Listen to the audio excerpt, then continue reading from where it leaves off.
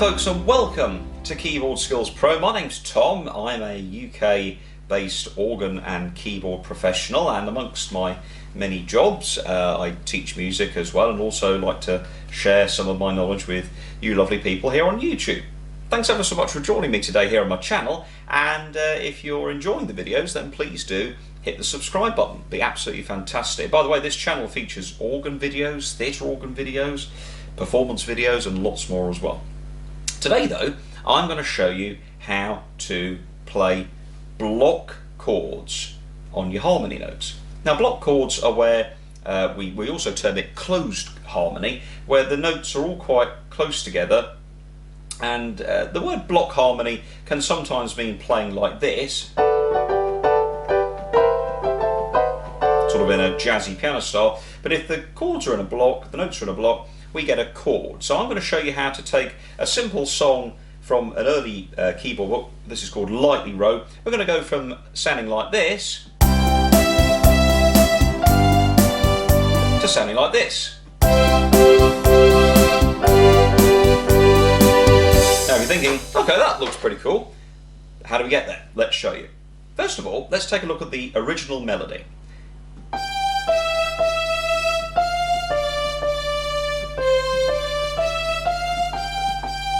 Okay, it's a pretty famous song, very simple, and it's in all the keyboard books. Now, what you have to remember is, the whole point of a melody is that it lets you hear the song, the piece of music. If you play a piece of music, the sequence of notes lets you identify what it is. So, when you add notes to a melody, they have to do two things. One, they obviously have to go together, so it hopefully sounds nice, but they mustn't overpower or overshadow or even wipe out the melody line. So if my melody line's going, I then have to know which notes to add to make it sound more professional. Okay, let's take a look at that melody on the screen now. Here is the first couple of sections of Lightly Row. Here we go.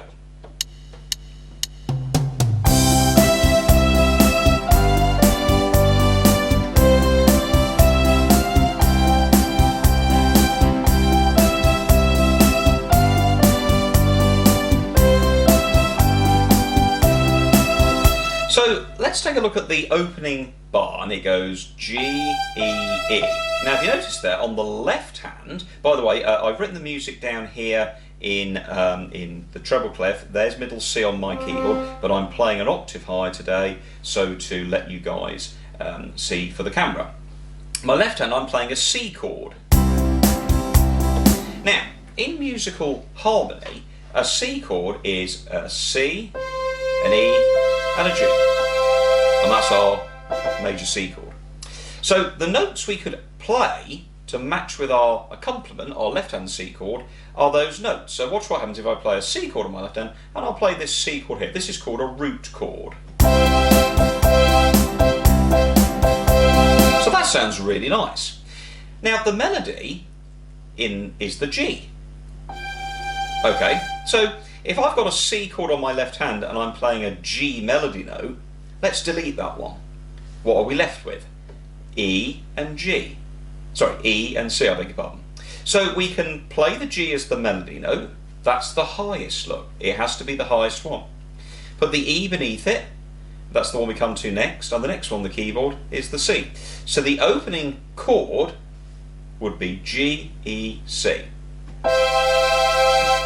We're playing the melody note, which is also one of the notes from the C chord, and we're playing two of the other notes from the C chord. Okay, now the next bit, you have to understand a thing about chords called inversions. Inversions are where you take a C chord and you put the bottom note to the top, E, G, C, or you put the bottom note in the middle. So there are three ways that a three-note chord, a major, minor, diminished, whatever chord, can be played. If it has three notes, there's three versions: root, first, and second. So if the next note in the melody And that all goes over that C chord, look. So if it's an E melody, I have to keep that at the top, and then what are the other two? Let's delete the E. We've got the C and the G. So those are the ones that go beneath the melody note. So the opening bar goes like this. Jump down, and look at that, look, it's a slightly bigger gap there because we've got a bigger distance between the G and the C, but it's still the same three notes that match the C chord. Here it is without, G, E, E, add the chord notes in. But the important thing is you can still tell it's the song Lightly Row. Watch what happens if I play chords in different versions, put the melody note in the middle. That's quite hard to hear, isn't it? Because we're trained to listen to the highest pitch, generally speaking.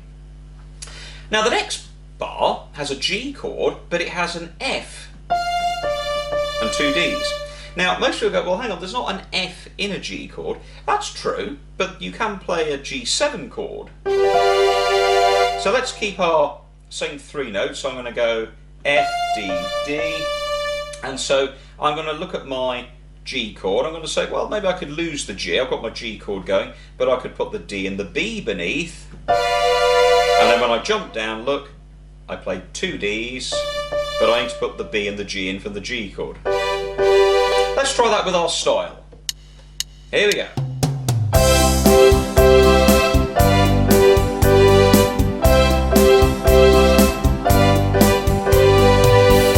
Doesn't that sound fantastic? And it's really simple to do.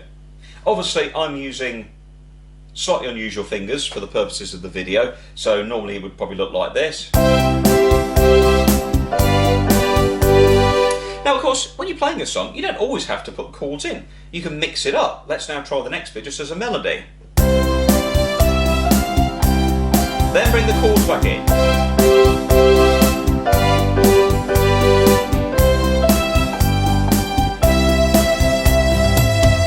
So it's nice sometimes not to do full chords all the time.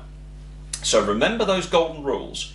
The melody note works always best at the top. Look at the chord you're playing on your left hand, a C chord, and look at the notes that you're playing and say to yourself, well, one of those is in the melody. So I've already got that one. Take it away, and the two notes you're left with, put those as you come to them going down the keyboard. So if I've got a C chord, my G, the next one I come to is E, and the next one I come to is C. If I've got an E over a C chord, E melody note, the other two notes of a C chord are C and G. So what you're probably also noticing is there's a word we've been using, inversions. Now inversions are what you really need to understand so you learn your chord in all different ways. Perhaps we'll do a video on a bit more about inversions on my YouTube channel.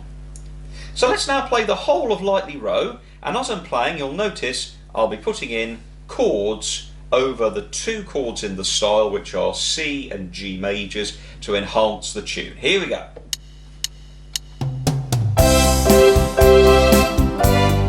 Back to single. Back to the chord. Back to single. Now I'm going to put the chord in here, look, G chord. Now there, look, because the melody went up, you can keep your chord notes still. Does that sound nice? Let's do it with the next one. You can move through chords, look. And then move up to that chord. So all different ways of doing it.